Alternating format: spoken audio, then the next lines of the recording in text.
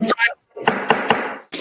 afternoon, everyone, and welcome to the March 15th meeting of the Student Achievement and District Instructional Performance Committee of the Whole meeting. I understand that if you turn that into an acronym, we could make it the SADIPCOW meeting. The what? SADIPCOW. And so that's a little shorter than the full title of the committee, but welcome everyone nonetheless. Ms. Hughes, would you call the attendance, please? Ms. Bolton? Present. Mr. Craig? Here. Ms. Jones? Here. Mr. Morawski? Here. Mrs. Weinberg? Here. Dr. Moffitt? President Lindy? Here. We have a wonderful and important agenda this afternoon. We're going to hear some updates on the budget. We're going to look at some mid-year student achievement data. It brings me great pleasure that we're having a Student Achievement Committee of the Whole, District Instructional Performance Committee of the Whole meeting with our whole board, and we're looking at student outcomes data. So thank you, administration and board members, for that. We'll then adjourn and have an executive session before we conclude this afternoon. I think as we get started, I'll note the priorities that are here. I won't read through all of them. Our board met in January and decided over the next 3 months where the most important areas for the board to make progress. And if you flip onto the back of the agenda, you can see in more detail what that looks like. And we will share updates to that as we go forward. The one thing I wanted to do before we get into our first presentation, I had a request from a couple different board members when we have a meeting with other city officials in the administration to be able to share some updates with the board and give people a chance to ask any questions. So we had a nice meeting with the superintendent, the treasurer, myself, and the mayor's office on Monday morning. I'd like to just briefly share some gratitude. I think the mayor's office is really making an intentional effort to try to look downfield with us at upcoming issues to see where things might overlap or intersect with the schools, whether that's related to revenue or whether that's related to anything else around CPS. So there were a number of topics that they brought up. Those topics included the residential abatement proposal, House Bill 1, which is newly proposed, and I think folks are trying to understand the impact on tax revenue, both for the city and potentially for schools. Had a good conversation about criminal justice, and also a good conversation about a topic about which I previously knew nothing, which were ADUs, alternative dwelling units. That's what that stands for. But it was a really, really interesting idea around how to create more affordable housing in the city around zoning changes. Mr. Morawski may educate me on some things I don't know, but it was my first pass. So I wanted to share that gratitude. We did go through the memo that the city shared with us around the revenue impact of the new abatement proposal. There wasn't new information shared. We went through that same memo that all of you received and answered some questions from the treasurer and from the superintendent on. So are there any questions? I mean, the superintendent could answer, or we can also share them with Jen, but or I'm happy to try. But any other questions about that meeting with the mayor on Monday? Yeah, Dr. Moffitt. So I have a question, and this came up a little bit with regard to the CEJC town hall that they had. There are more than just residential abatements and commercial abatements that are really up for discussion. Did the conversation go towards other abatements? Because I know that there's like a payroll tax abatement that GE received, which is in the millions years ago. So hopefully, and I don't know, but was the conversation larger than just the residential abatement conversation? Not in this meeting. The only thing was I'm going to forget the names of them, but they have these 3 different groups that they're proposing around residential abatements to incentivize development, not just in certain more affluent neighborhoods, but I think strategically to try to invest more equitably across the city, but it was all residential. There was nothing else that came, not that I remember. Superintendent, am I missing anything? No? Okay. Well, if we could kind of entertain a little bit of that, that came up in the CEJC conversation, town hall, that their proposal was inclusive of more than just residential abatements, in their fight for abatements. And so, I know Michelle Dillingham had that data, but the conversations I thought with the city were to be a little larger than just residential. So maybe is there another meeting scheduled? I don't know of one, Superintendent, but there may be one coming up. I think they're trying to continually make sure that they're looking downfield with the district so that things are done with some intention. Right. So the way the meeting came up was because and I think I shared that we were not initially included in any of the conversations about the residential abatements at all. So what after the media got involved and asked if we were in support of the abatements, I think the mayor recognized that maybe we should have been a part of the conversation. One of the things that the treasurer and I discussed on Monday after the meeting was because there is so much information right now that is not necessarily clear. A lot of it is based on recommendations on what we think may happen.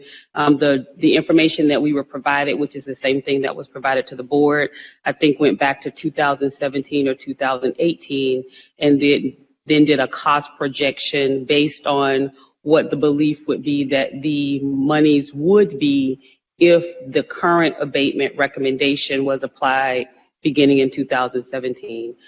So one of the things that the treasurer and I discussed was that it would be important for us to discuss with the board that if there is a position to take, that we have some conversation around essentially saying that, you know, we understand why the city is trying to do the abatement process that they're trying to do, and we you know, while we may be supportive of the city, we're not looking for anything that is going to have a negative impact on our students or our district, because the concreteness of the information is based on a 2007 starting recommendations at 2017. So there wasn't broader conversation because this meeting was only about the conversation for the residential abatements. The commercial abatement MOU or agreement comes up next year. And so one of the things the mayor has shared is hopefully some of the conversation that we have now will act as a basis for, you know, the contractual agreement that we would need to do next year around commercial abatements. Great, thank you. Any other questions about the meeting with the city on Monday?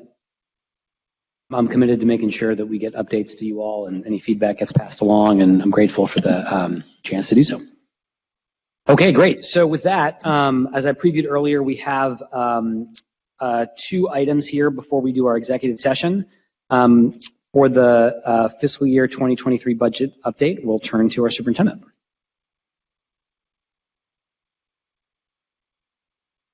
Thank you, Board President. So from our last conversation, we notified our staff collectively that we would be taking a pause currently in moving forward with budget and budget recommendations. What that pause essentially meant is at that particular board meeting, that Friday was the date that the initial budgets were due from schools. So essentially that said that we would just wait until we got additional information in terms of updates. Since that time, we have met with CFT to review.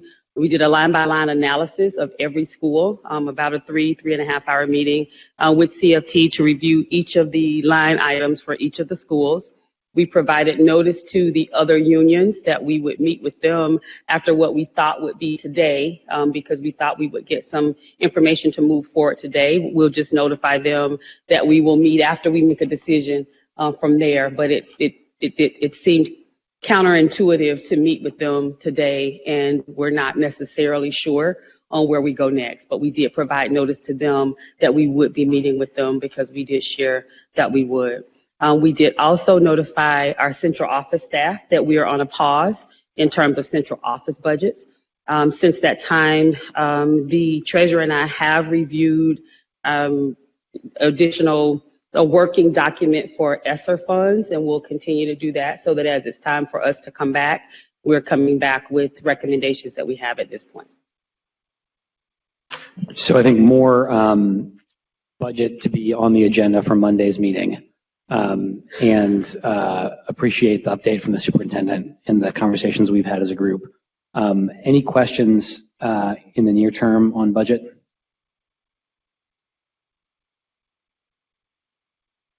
Board Member Jones? Yeah, I'm not sure if this question is the right question in context and presentation. Okay, so I understand the superintendent said we're taking a pause. During that period of pause, it sounds like what she's saying is that she and the treasurer are going to put together more information about the ESSER. I guess the question I'm asking is, what's going to get us out of the pause, and how is that going to be shared? How will the board be informed? So it's more about process as well. How will the board be informed of the changes? Will we have an opportunity to respond to that before we come out of the pause? Does that make sense? It does. So what we discussed doing today was kind of going over where we had been and trying to give some rationale to each of the areas for the board, so the board could ask any questions and talk about any recommendations moving forward. I think we decided that instead of doing that, that we would come to Cal today and have a discussion around what the board thought would be the best process to move forward in terms of those discussions. And so that there is an opportunity for us to do some level of presentation, one, but more of a dialogue around overall board priorities. And so board priorities in terms of, as we're preparing to move forward and to move forward with the budget, where is the board in terms of that? What is the board comfortable in doing more work around supporting? And what are the highlights that the board would like for us to make sure that we are focusing on? And if there are things that we are recommending at this point that the board is not going to support at all, what does the board want us to do instead? So that whatever it is in terms of strategy, we're able to come back with, okay, if this strategy is not going to work and we're still trying to reach this particular goal or target, what is the board comfortable with? So really trying to get more in terms of conversation around board alignment in terms of the focus on the budget. So instead of, reviewing anything that we've already reviewed, really talking to the board about how the board would like for us to do that so that we can get to overall alignment. Thank you. If I could follow up, I think you summed it up in the last sentence about us being aligned. Personally, I'm not interested in looking at every single cut and every single thing. I came in prepared to ask a couple of questions, which I'll hold off on until we come to that. But I think that the important thing about how we move forward on this is that we're aligned about what direction we're going to go with the budget. So I really appreciate that. So thank you. Thank you.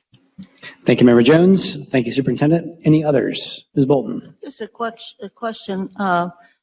Should the board come perhaps on Monday? Is that when this kind of dialogue might start? Is that the plan? I'm hopeful that we can talk about that and talk about what might be the best process in terms of doing that. I know that there was some dialogue about possibly or some thoughts around whether we do something in small groups, whether we do something in a work session.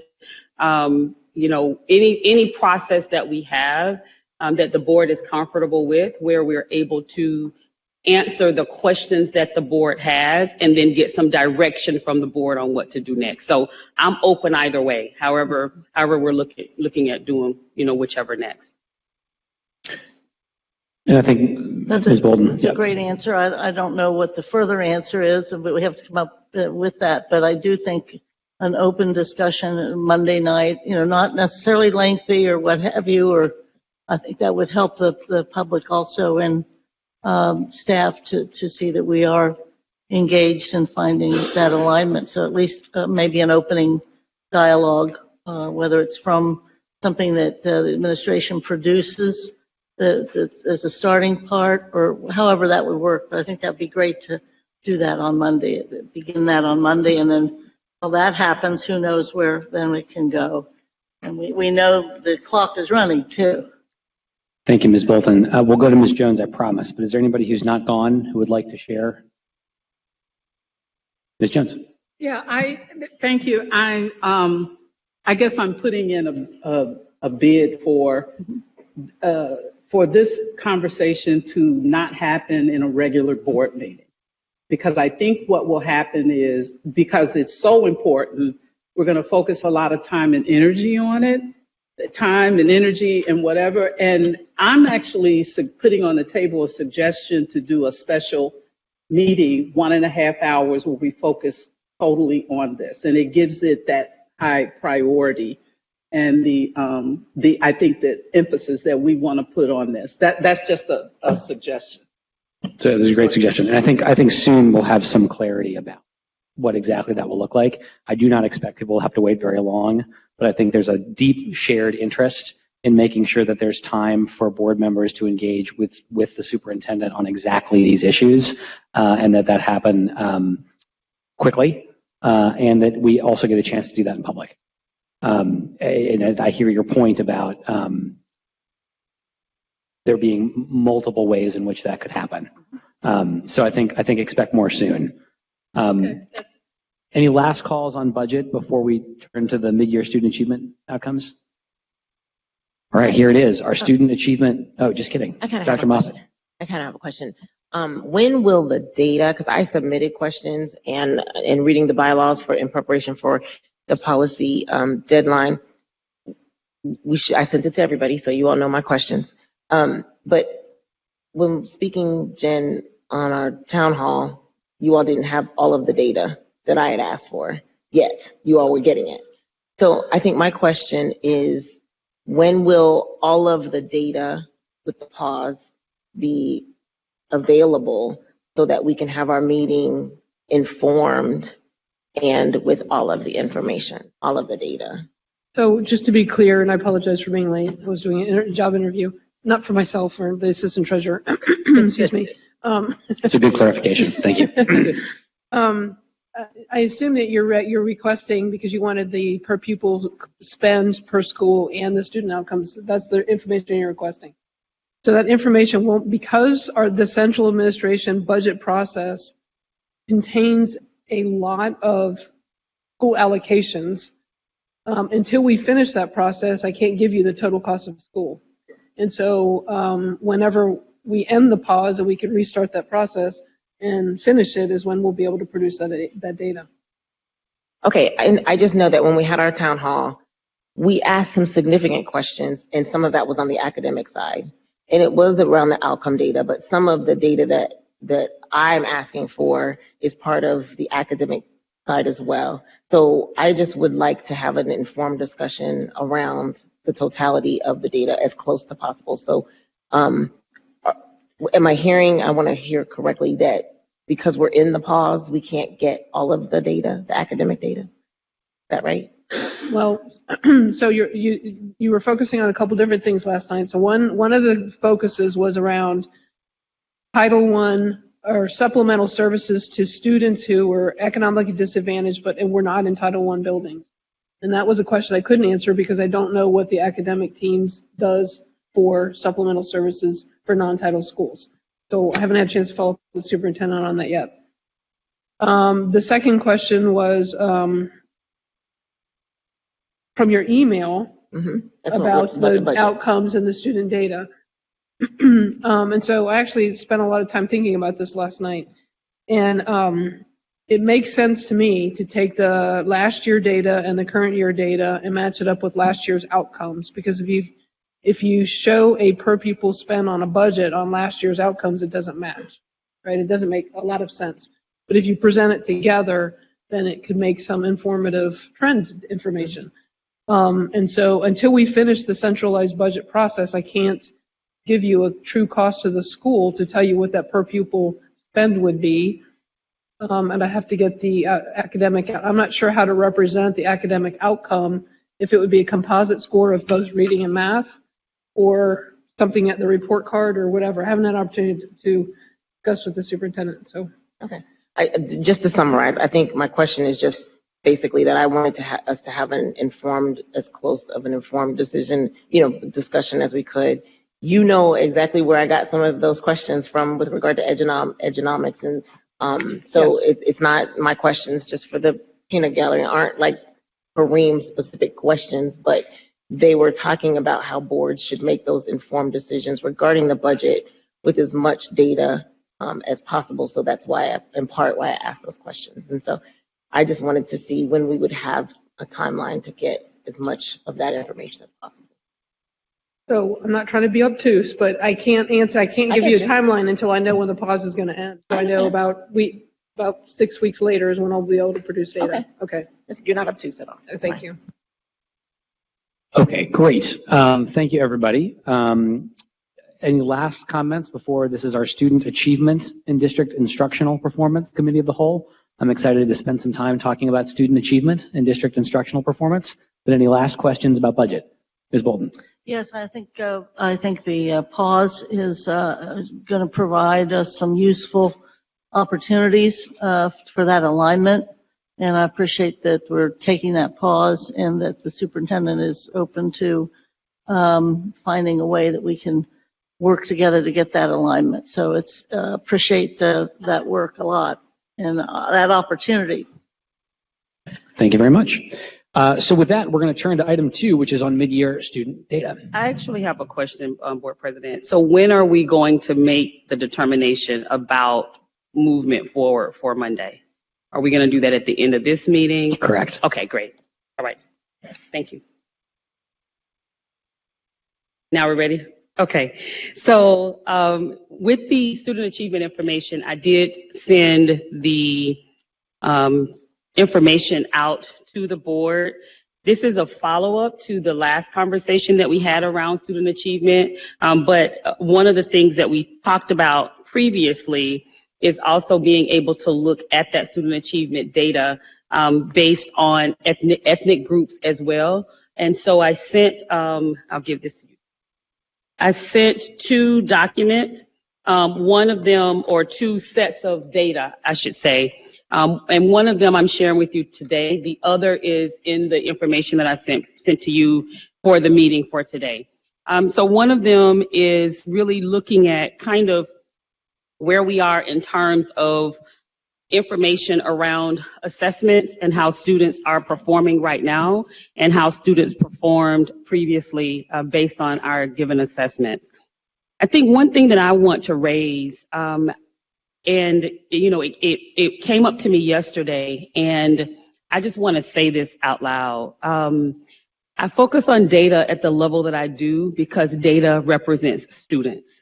So when we think about the numbers that we're looking at, we may see them as numbers, but students are connected to these numbers. And as we are looking at movement and moving forward, talking about students and our student outcomes is really important as we're thinking about the students that are connected to that information.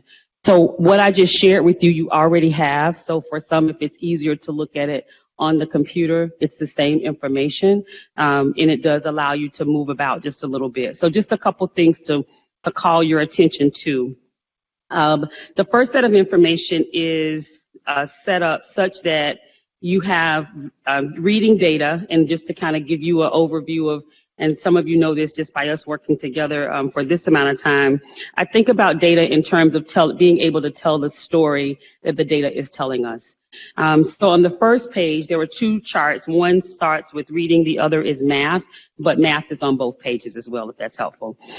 So when we look at the winter data, the conversation starts with the winter data from last school year. The reason that we start with the winter data is because the winter data was the most predictive data for how students performed on the Ohio State test or the EOC. So right now I'm looking at the page that says reading. Is everyone there as well? Is that good? No? This one that says reading right across the top. Okay? So we start with our third grade population because our third grade population and our tested areas are the areas that take our mid-year assessment. So if you recall in the last meeting, when we talked about this at the board meeting, I shared kind of an overview of what the winter assessment data was as compared to the fall assessment data. This data set allows us to look at the winter assessment data, how students performed on the spring assessment for OST and EOC, the fall, so that's where they came in for this school year, and then the winter for where they are performing right now on the last assessment that was taken. And so the gremlins cut the page off a little bit, but it still gives us what we're looking for. So I highlighted the last two columns here because I did also want to call out the columns to you just in terms of as we're thinking about the overall data. So the very last column is the percentage of students that met proficiency, and that's the total based on the total enrollment. That is relevant because we see that we had in most areas an improvement in the number of students that took the mid-year assessment versus the number of students that took the fall assessment, as well as the number of students that took the mid-year assessment last year. But as we're getting the information back for the report card, whether we like the report card or not, as we get the information back for the report card, that is based on the students that actually tested, as long as we tested 95% of the students. So that just gives you an overview of why that particular number is there. The number that's the most relevant for us is the percent proficient or percentage of students that are proficient based on those that actually tested. So essentially that's saying these are the students that took the test, and of those students that took the test, this is the percentage of students that took the test that actually were proficient. So if we will just kind of walk the picture with me, we start with the winter from last school year. If you look at across the top where it says all district, and under proficient, percent met proficiency equivalent of those tested. It should be the third column in. That number is 30.5%. So that means in the winter, we had 80% of our students that actually took the winter benchmark assessment. And of that 80%, 30% of them showed proficient on the assessment last winter. When we move to this fall, then we go to the spring, because then we had the assessment in the spring. We have the two columns because Walnut they traditionally not taken the full winter benchmark assessment for all of their students. So we did two lines, one that shows the data with Walnut and one that shows the data without Walnut. So when we took the assessment in the spring, we increased to a 94% completion rate. And then 40% of the students in reading were proficient. So that's where that overall number comes from. As we move to the fall, we did have our Walnut students that took the assessment in the fall. So we started at a 32% overall proficiency rate for the 83% of the students that took the assessment.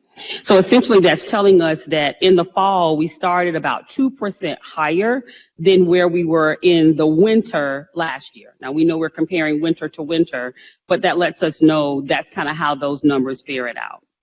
And then when we get to the winter assessment for this year, we had 85% of our students that completed the assessment, and then 32% of them are showing proficient at this time, which is a 2% increase over where we were in the winter of last year.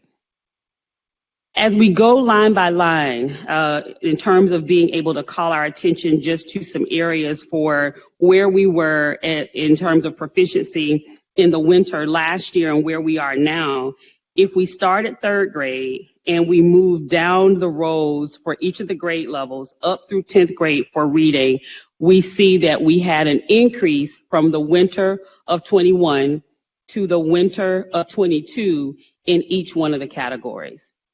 Now, there are some of the areas that are still areas of concern with the percentage of students that are actually proficient there, but I do think it's relevant for us to share that we see two areas that are trending in the right direction. One, the percentage of students that we're actually assessing, because that gives us the benchmark for where students are performing, and it gives teachers more information about the tweaks that need to be made, the interventions that need to happen, remediation that needs to happen before students take the actual spring assessment. And the other thing that we're seeing is an increase in proficiency. So when we are projected proficiency based on the assessments that we're taking. And so that gives us just a bit of the story about reading. The math story is a little bit different, but I do want to stop here and see if we have any questions specifically around the overall reading data. I have one reaction, but I want to give a chance for colleagues to go first if anybody has questions. Hearing none, I just wanted to make sure I was following. So winter of this school year in reading, 26.2%. Am I reading that right? Where are you? I'm looking at the wrong page. See, I'm on the computer version. It's the same. Yeah, I'm looking at in the all district row. Okay. All the way to the right, where Yes. it says winter school year 22-23%, net proficiency equivalency Yes. is 26.2. So that would be the case for all of the students that are enrolled. Yep. But we base it on the number of students that actually tested, because we tested 85% of our students. So Yeah. of those students that tested, 32% of them are showing proficiency. Yeah, that makes total sense. And where I was going, I think works equally well with that column. I think all I was going to point out is that it's a meaningful improvement over where things were a year ago. And I was trying to translate this. I love your point about each data point is a real student with a first name and a last name and a family and a future. And 2% or 2.6% of 36,000 students is 950 students who have stories and first names and last names and parents and futures and choices and all those things. And that's a big number. I mean, sometimes it can feel like all we're doing is moving decimal points on a piece of paper. I don't think that's right. I think that this is 1,000 children. And I think that's, would we love to see this number be 100%? Absolutely. And we'll get there. But just that this is a meaningful number of children in my perspective. And I wanted to check to see if I was reading that correctly. Yes. Yes. The other document that I also share with the board shows the breakdown by school also. So if there are individual questions, I did not print that one out, but I did share it with everyone. And so if there are individual questions by school, I can share that with you as well. If I need to resend it, I forwarded it to everyone, but if I need to re-forward it, I can send it to you. So it's at the top of your inbox. That's okay. I'll put it at the top of your inbox. Vice President Craig. So one of the things and this is more for my own understanding of this process as well. Generally, we would see some level of increase at each time they take the or we see some level of goals toward increasing their proficiency throughout the year. Correct? Like that would be our expectation. Yes. And so I think one of my first questions is just also recognizing the percentages of students who are taking the exam, and are we expecting that be something that would also increase going forward? Because one thing that does a little bit worry me is if we have like 94% in the spring, but everywhere else is in the 80s.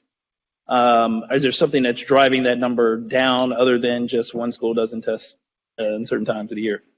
So this is a conversation that we've actually had with the team to just try to pinpoint what is causing the challenge with, really it's in our higher grades, getting the students tested.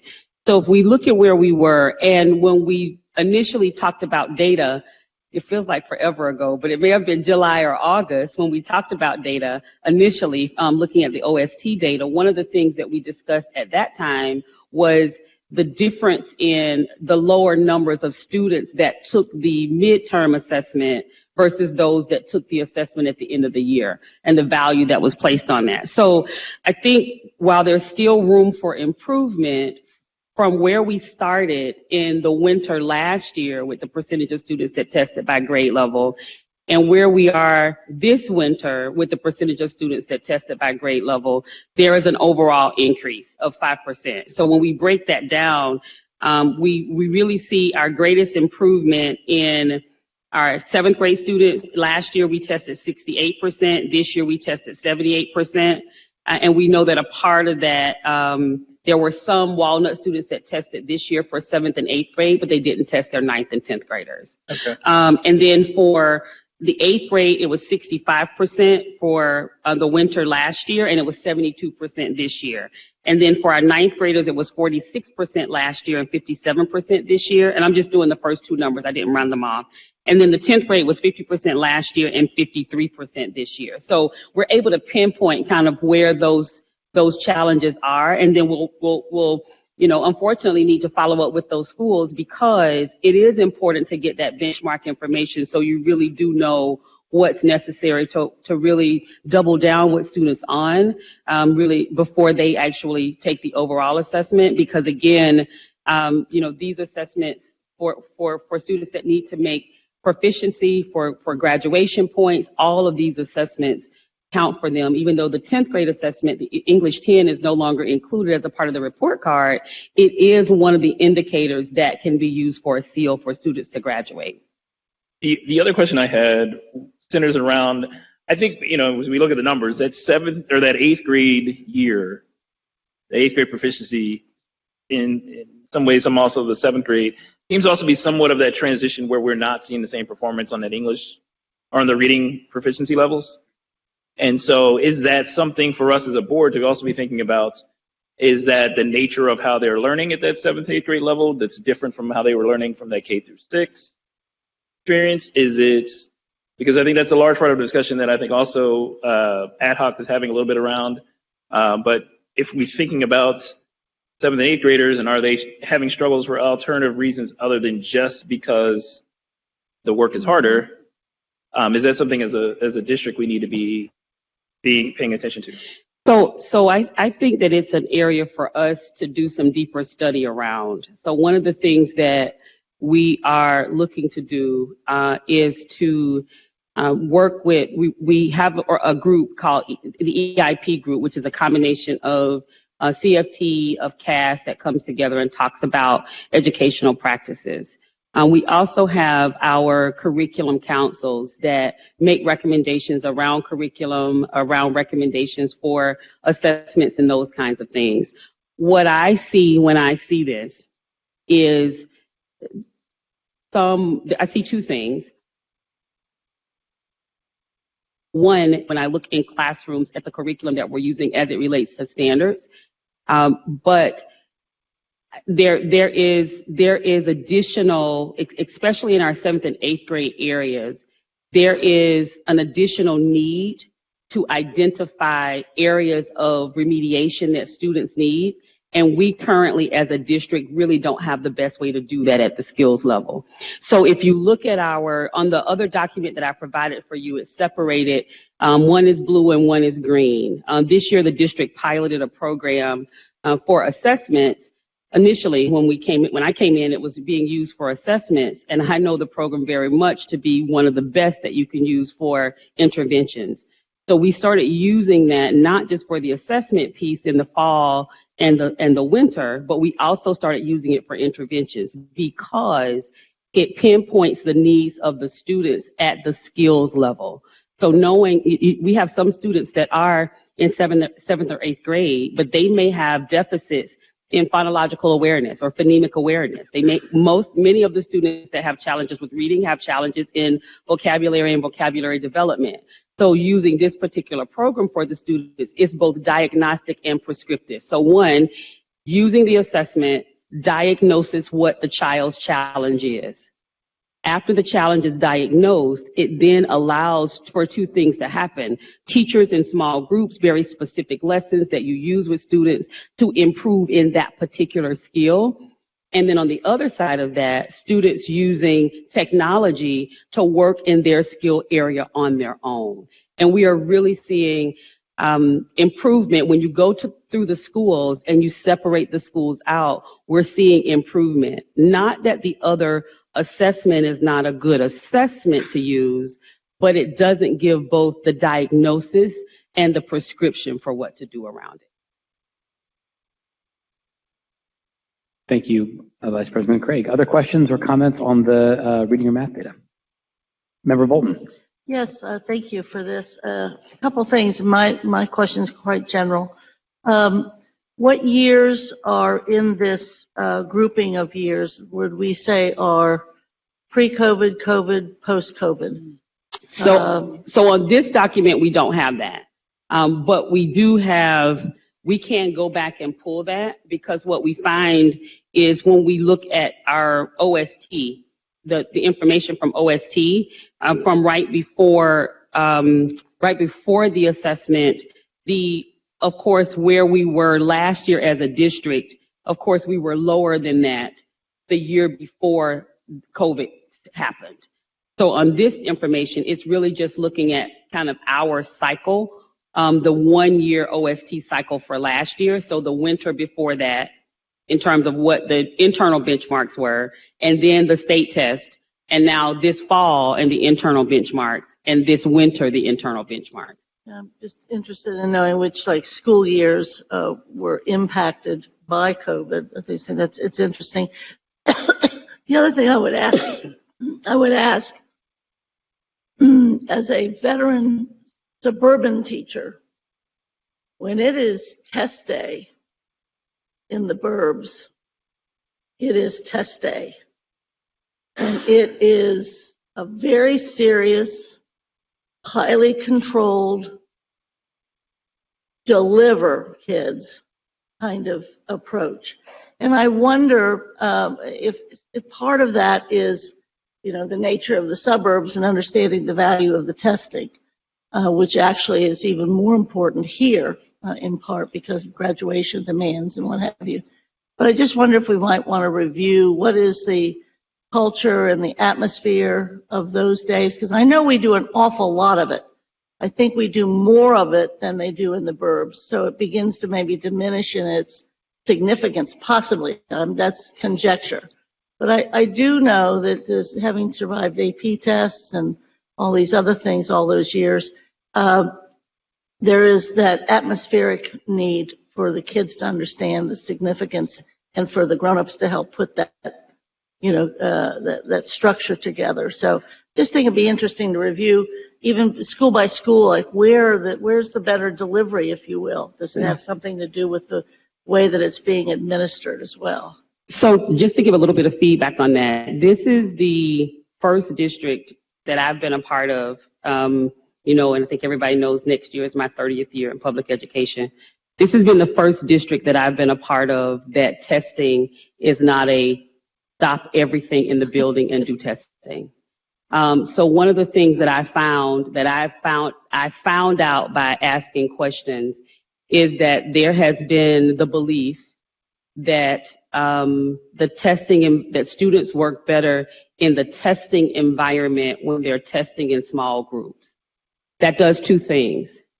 The first thing that it does is it makes testing something that never ends.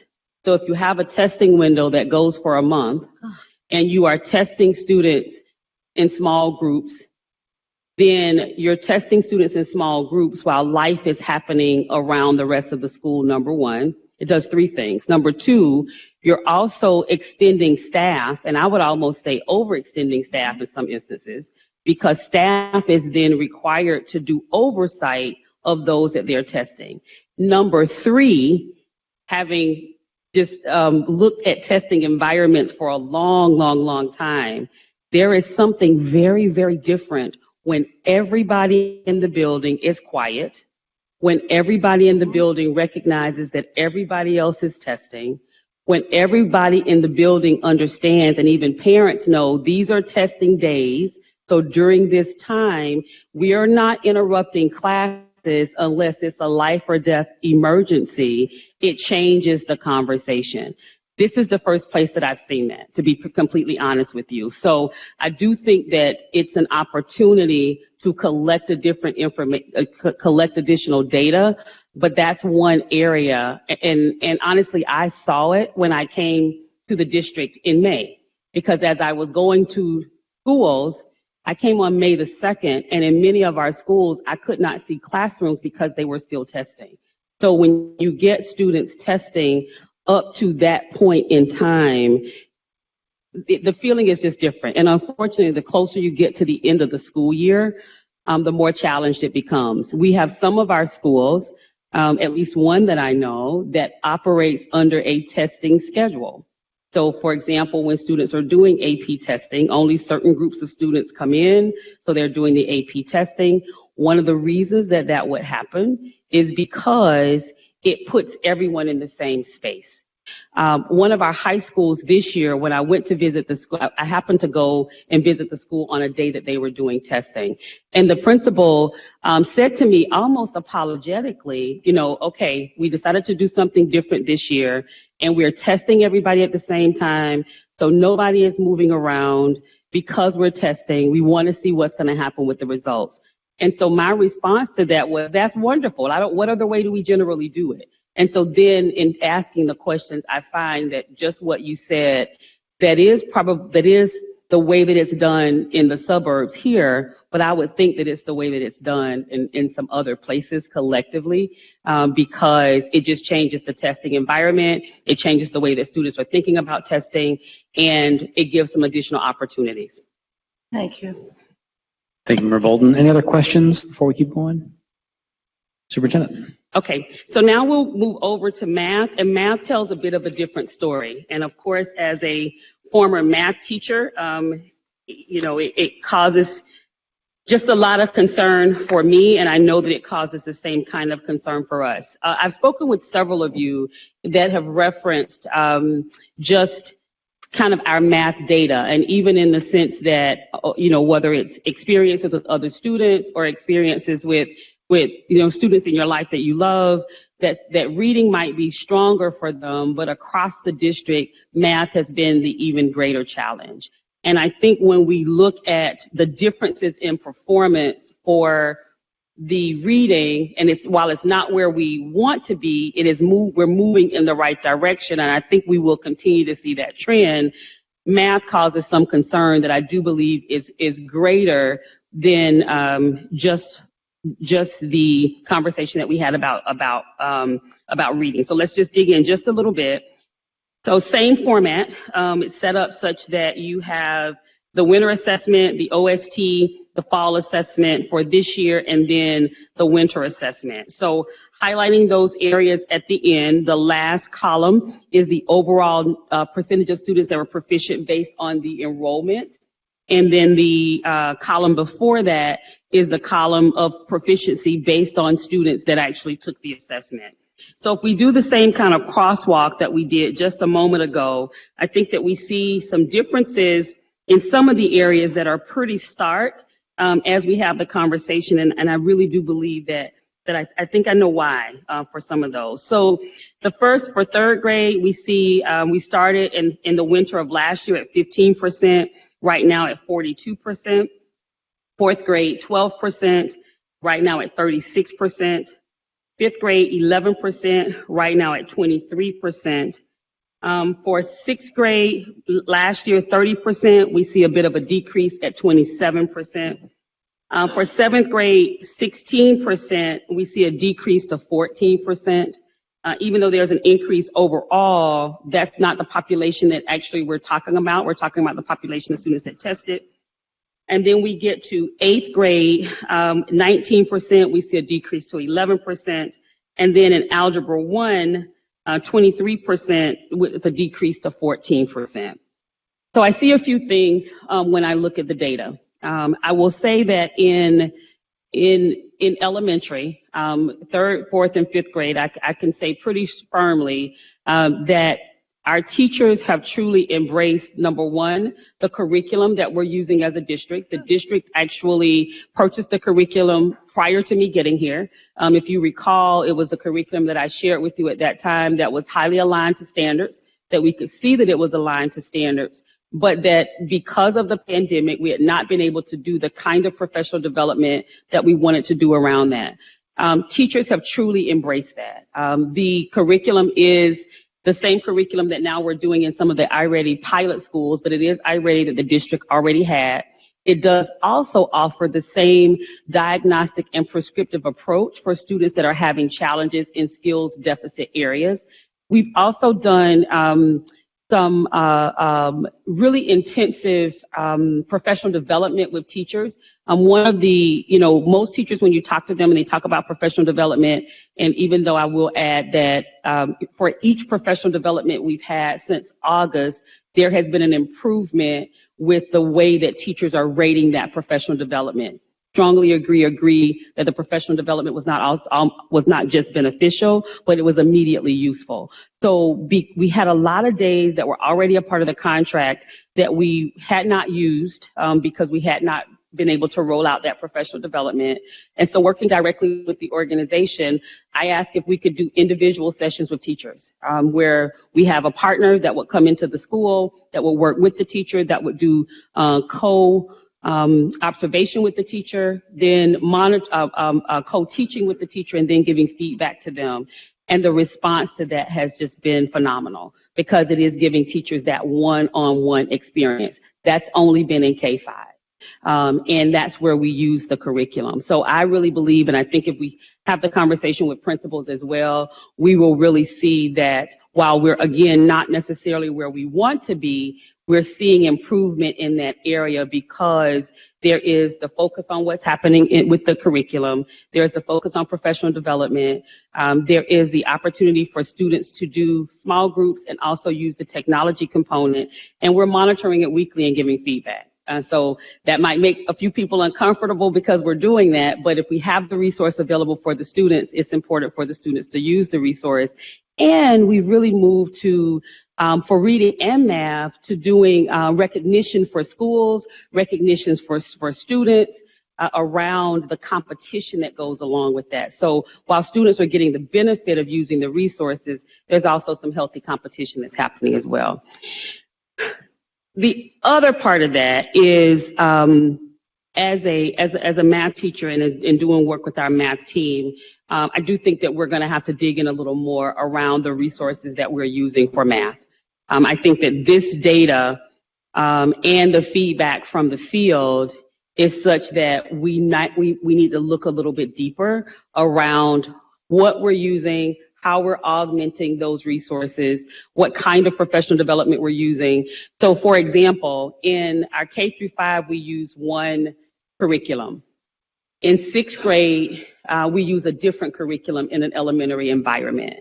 So many of the elementary teachers, and we're going to take this back to the Math Council because we want feedback from them before we recommend any changes, but many of the elementary teachers have said to me directly, being in classrooms, and the principals are saying the same, their teachers have asked if they can use the curriculum that they're using for their 5th grade population, for their 6th grade population, because the curriculum actually goes up to Algebra 1. So it gives an opportunity to do that. Now, there are a lot of reasons possibly why we didn't make that decision when we selected the curriculum. I don't know all of the reasons that we did not, but what I believe is happening now is teachers are using it and they're finding that there are more resources, more aligned resources that go along with what they need to show the level of improvements necessary. So that's at least up through 6th grade. For our higher grade levels, 7th and 8th grade, I think we're going to have to look again at the curriculum. The curriculum does have alignment. However, continuing to work with teachers around the professional development needs that go along with the curriculum. Also helping teachers truly understand what the assessment is calling for at the end. So while this is not the assessment that students are taking in the spring, and I do believe in the spring we will see improvement, it is still indicative of the standards that students are covering. And we know that math is cyclical. So once you start with math, it does come back around. However, when it comes back around, it also assumes that you've learned the information, the content that you needed to get during that period of time. So there's just some more work for us to do here. Algebra 1, is an area that we are really focusing on. I've shared several of the reasons for that in terms of foundationally why it's so important for students. But was really excited yesterday after looking at the data, when we reviewed the data and really began to dig into the data a bit, there were a lot of recommendations that I could have about how to assist the students. But all too often we have recommendations for what to do for students that we've seen that maybe it's worked in the past, but have we asked the students what would really work for them? And so we did do a focus group with the students yesterday that was very, very, very positive. It was a representative from each one of our high schools, and they gave a lot of information. It was information that covered the needs for everyone. So we have to make sure that we take those pieces and try to make sure that we're addressing the individual needs for the students. But they talked a lot about the content that they're receiving, how they would like to receive support, what support looks like for them. There were some that would benefit from the virtual tutoring that we could offer. There are others that would really need to have the tutoring during the day, but most of them reference really not being able to do it after school because they work and have other expectations, or on Saturdays. So it's really, they made the argument for how we are able to do high dosage tutoring, which we've already started in 2 of our schools as a pilot, but giving them tutoring while they're at the school during the school day. They also reference, and this is something that the treasurer and I have talked about previously, but they also reference the comfort that they could feel with some of their peers actually doing the tutoring for them. So if there were students that would serve as peer tutors for them, and I know some schools have peer tutoring programs, but I'm kind of talking across the board where students have someone that they can identify with that they are able to do tutoring for them. So open to answer any questions that you may have. Thank you, Superintendent. Questions about the math presentation? Mr. Morawski. Thank you so much, Superintendent. Just a comment, really, and it's about what you just wrapped up with. A number of years ago, at least 2 of the people on this board will remember this. I was pretty excited and bullish about peer mentoring and peer tutoring programs because the data is pretty undeniable that it works. And in the sense of across the board, because again, there's piecemeal throughout the district, but there's not like a set program, whether it's math or whatever it is. I don't know much about math, so I'll leave that to you and the professionals, but reading I do know a little bit about, and I know that it works really, really well. So I'm excited to hear that. I'm also excited, and back to something Board Member Bolton said, I had never really thought of it like that, or the way the superintendent framed it too. I mean, certainly thought about the context and the environment in which you're taking tests. Obviously that matters. I know that. But I never really thought about it quite as deeply as across the board, again, the school building writ large and what kind of difference that could potentially have. So I thought that was an interesting point too. Thanks, Mr. Morawski. Other board member comments or questions? Vice President Craig? Or Ms. Bolton, whoever would like to go. Yeah, as a follow-up to what the Vice President mentioned regarding the work in ad hoc and Ms. Jones's legacy in the district already established.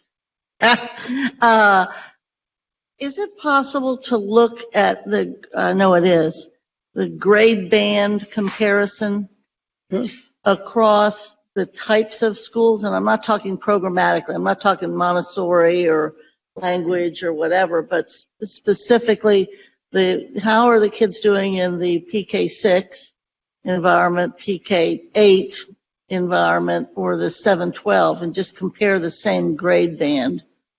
That could give us some information to think about. I don't know if it would be relevant or important or significant, but it'd be interesting at least to do it. It might give us some guidance. Definitely, we can. We have the data set up so we can really look at it in any way. So the information that you have by school, while we separated it by our major programs for reading, because we're using 2 different programs for reading, we can definitely separate it that way for math as well to see if there is anything that bubbles up about the kind of program that students are in, the kind of grade band program that students are in, definitely. Thanks. So I had two thoughts, and I think one of them is something that we've already been talking a little bit about, which is, and I think you already referenced a little bit about, but the recognition that as we talk about K through 5 math is a very different experience than sixth grade math and seventh grade math, and especially when we move seventh graders out of their, out of the traditional K through 8 setting. So I think to Member Bolton's point about looking at the grade bands versus with the different school settings, we may notice some changes in that, because I think you've already referenced that, some of the teachers are telling us that that the curriculum may not match up to what they've been used to doing, what they've been conditioned to do. And so now we change curriculum, we're changing the school setting, we're changing, the expectations, and we're adding more difficult math to the pot that may also have something to do with our 7th, 8th grade numbers lingering in that same sense. But one of the things I wanted to maybe touch on or also highlight is the fact that the Algebra 1 is one that really is an important thought in my head, because I know how much it is necessary for our students to have to finish, right? So in order for them to graduate, in order for them to go on to do anything else, Algebra 1 is such a crucial part of that. And I just worry a little bit that if we are not figuring out some stopgap measures in that way, whether it's the peer mentoring or peer tutoring, something else to help those students achieve, that we'll have a whole group of students who will go through at a lower level. And so I don't know what your thoughts are with regard to just that kind of lingering effect of that Algebra 1 component. Yeah, so I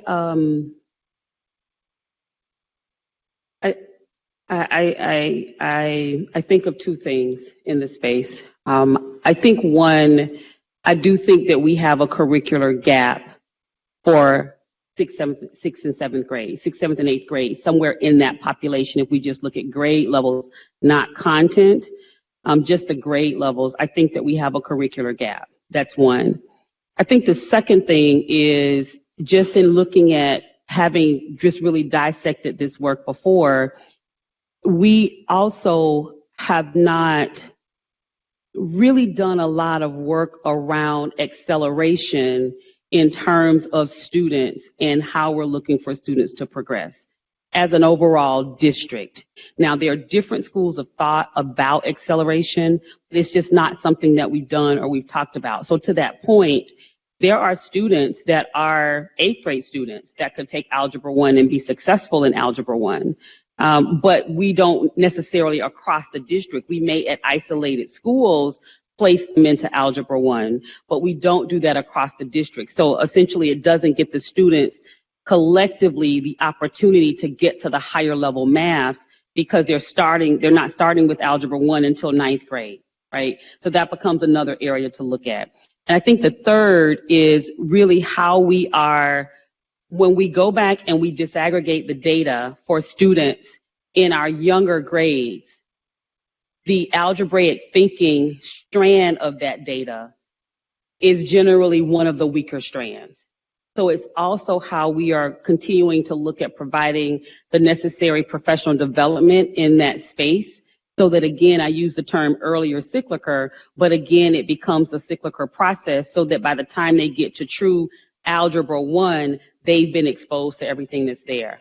I think the other thing that we're seeing in terms of just algebra itself, and I think the teachers would agree with this, we started professional development groups, small groups with teachers. We have 33 teachers across the district that are teaching Algebra 1. And so we started professional development groups with the teachers. And in our professional development group, we call them different things, but it's a PD group. But the teachers shared, many of them, that they had not collectively seen the assessment. And so because they, it's like if you don't know what the students are expected to do at the end, they're teaching the standards to the students in class, but are they doing that at a level and at a pace that it allows students to get through all of the information that they need to get through before they actually take the assessment? And then the last thing is, I am of the belief that it is important when we think about testing, assessment, curriculum, and all of those things, that we control for as much as we possibly can. So we control for testing environment. We control for size of groups that are testing. We control for students that might need flexible groups in testing. We control for all of those things because the student showing up that day is going to be the variable. So you want to make sure when they get there, they're showing up, their head space is in the right space. They've not had an argument with someone that morning. So they're not showing up as in their personal best. And we want to start the conversation with children earlier about always giving your personal best. Because if they are doing their personal best, you see an improvement across the board just because they're giving it everything they have.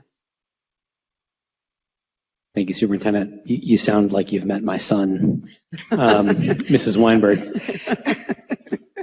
I just wanted to add two things, and it was great to be able to look at these numbers. And as a former educator, I just have a couple of questions. So as we're talking about the spans of possibly looking at testing, or even with the curriculum, K through 6, 7 through 8, 9 through 12, my first thing that I'm going to mention is about the testing. I totally agree with you that we should prepare our students. I found that within this district, testing was all over the place. And it takes a long time. And the parents are upset that we're testing. So I would agree with you in setting up that environment for the kids, allowing them to understand the realness of the testing and what to expect and to have it be consistent. And I think that's a big thing, is consistency.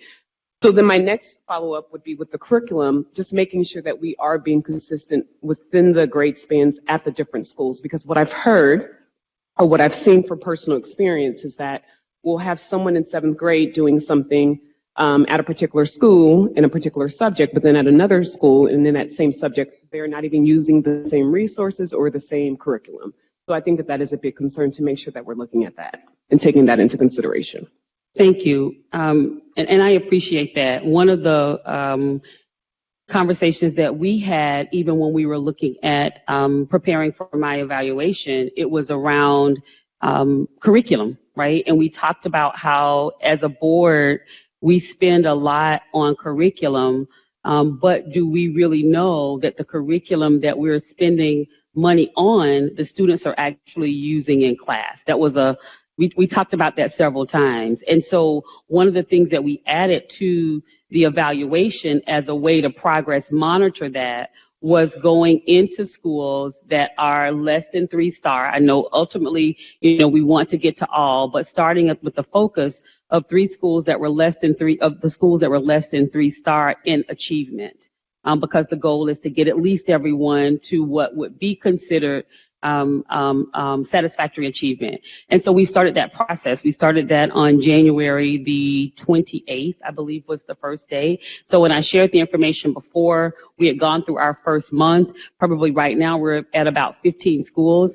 And one of the things that's been exciting for me and the team is to see the difference in the way that the curriculum is being used right now in schools that we're visiting, even though it's only a snapshot. I think when I shared it with you before, with the board before, it may have been 142 classrooms that we had been in at that point, starting from January 28th.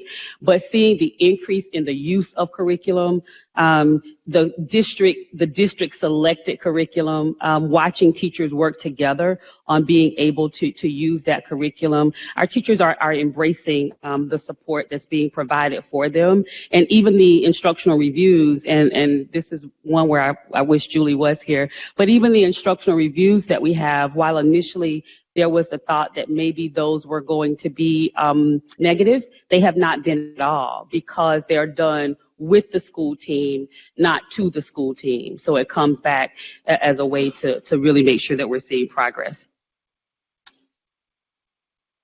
Member Jones. Yes. Thank you for the data, and even I can follow it, and I'm not a data person, but thank you for that, and I will take it back and look at it again. I think what I'm also very happy about and looking forward to hearing more is how you envision a culture shift around this change, because I think that's important.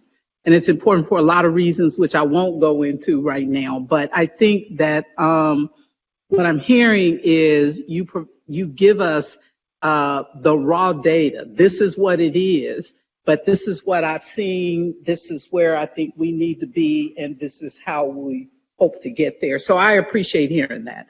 And then finally, I want to say to Board Member Weinberg, she is not a former educator. She is still an educator. Right. She's just not in the classroom. Right.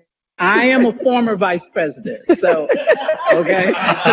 Former educator, current educator. Fabulous. Thank you, Member Jones. And I think we do have some executive session discussion to have this evening. Are there any last burning comments or questions, either from the superintendent or from the board? Dr. Moffitt? I do have one. Thank you so much for the data. I am a data person, so I really do appreciate it. And it's a little disheartening, but it's promising. So we've got some work to do with this. I think you touched on it, and I want to expand and hear a little bit more, or put this on the radar as something that I'm looking for.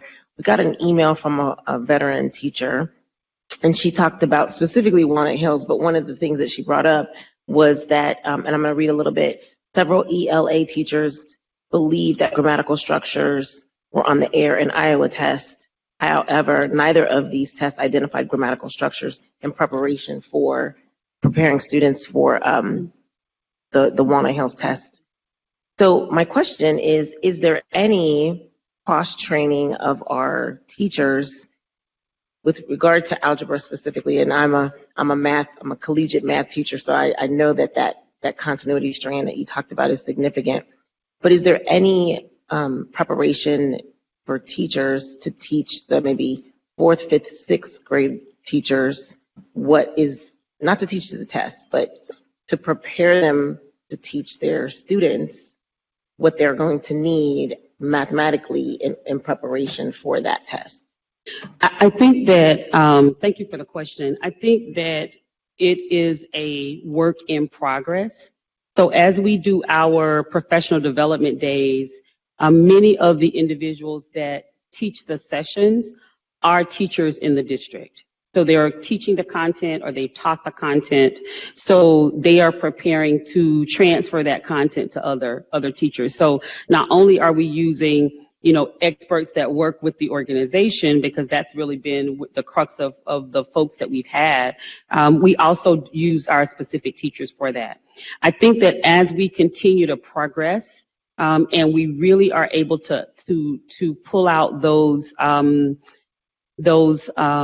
data that identifies that this truly is a strength in this area, we will continue to do more of that. So I think right now where we are is really trying to get horizontally articulated, where we're working across, 6th grade to make sure that all 6th grade is teaching what they should be teaching as it relates to how the students are going to be assessed. But I do think our next to dig even deeper into is to look at that vertical articulation as well, so that we are saying, okay, 4th, 5th, and 6th grade, this is what's going to be needed for 5th, this is what's going to be needed for 6th. I think I do have examples of where that's happening in some of the schools, but it hasn't happened collectively as a strategy or a structured strategy across the district. Okay, thank you very much.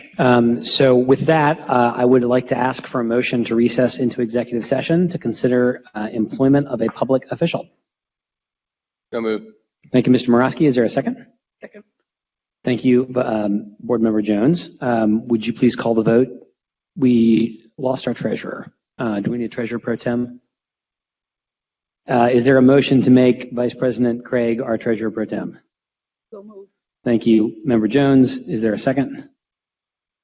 Thank you, Dr. Moffitt. All in favor of Vice President Craig being President pro tem, say aye. Aye. Aye. Treasurer pro tem, any other jobs he'd like? Treasurer pro tem, all opposed? Thank you. Vice President Craig, now Treasurer pro tem. And now would you please call the vote on the recess into executive session? Ms. Bolton? Yes. Craig, yes. Ms. Jones? Yes. Mr. Morawski? Yes. Mrs. Weinberg? Yes. Dr. Moffitt? And President Lindy? Yes, wonderful.